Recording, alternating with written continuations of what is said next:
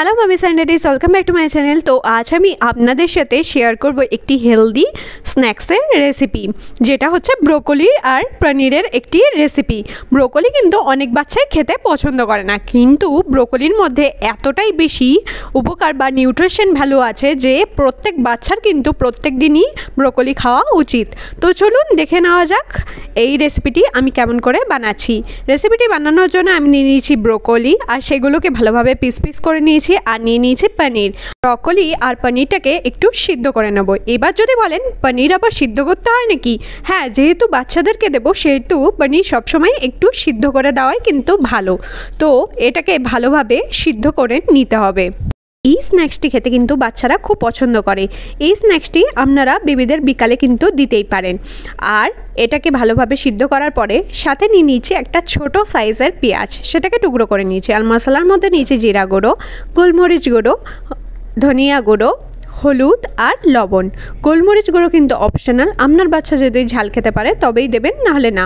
Broccoli আর পনিরটাকে কিন্তু আমি হাতের সাহায্যেই ভালোভাবে মাখিয়ে নিচ্ছি। আর পেঁয়াজের টুকরোটাও কিন্তু দিয়ে দেবো। সমস্ত মশলা দিয়ে খুব ভালোভাবে মাখিয়ে নিতে হবে। এবার বলি এই স্ন্যাক্সটি কেন এত উপকার। এর মধ্যে যেহেতু ব্রোকলি আছে সেই জন্য কিন্তু এর নিউট্রিশন ভ্যালু প্রচুর। ব্রোকলির মধ্যে আমরা পেয়ে থাকি vitamin K, vitamin A, vitamin C, যেটা বাচ্চার স্কিন ভালো রাখতে সাহায্য করে থাকে, ব্রেন ডেভেলপমেন্ট করতে কিন্তু খুব ভালো সাহায্য করে থাকে। আর তাছাড়া এর মধ্যে আছে পনিরে আছে প্রচুর পরিমাণে ক্যালসিয়াম, যেটা বাচ্চার হাড় শক্ত করতে ও ওজন বাড়াতে কিন্তু সাহায্য করে। তো এটাকে ভালোভাবে মাখিয়ে আমি হাতের সাহায্যে কিন্তু গোল গোল আকৃতি দিয়ে দিয়েছি। আর এটা বানাবো কিন্তু আমি ঘিয়েই, তেলে দিলে কিন্তু এর উপকারিতা কমে যাবে। ঘিও কিন্তু শিশুদের জন্য খুব ভালো। তো একটা ফ্রাইং প্যান নিয়ে নিয়েছি, এটাকে ভালোভাবে আমি আগে থেকে একটু হিট করে নিয়েছি। এটার মধ্যে আমি হাফ চামচ মতন ঘি দিয়ে দিচ্ছি। এবার বলি এই স্ন্যাক্সটি কিন্তু 1 বছরের শিশু থেকে আপনারা দিতে পারেন। এই স্ন্যাক্সটি খেতেও কিন্তু বাচ্চারা খুব পছন্দ করে থাকে। যদি শুধু শুধু ব্রোকলি সিদ্ধ বা সবজিতে দেন তাহলে কিন্তু বাচ্চারা কখনোই খেতে চায় না। তো এইভাবে ব্রোকলি কিন্তু শিশুদের আপনারা দিতে পারেন। এটা খেতেও যেমন টেস্টি হয় তেমনি কিন্তু এটা হেলদিও। তো ঘিটাকে ভালোভাবে গরম করে নিয়েছি, আমি কিন্তু খুব কম ঘি ইউজ করেছি।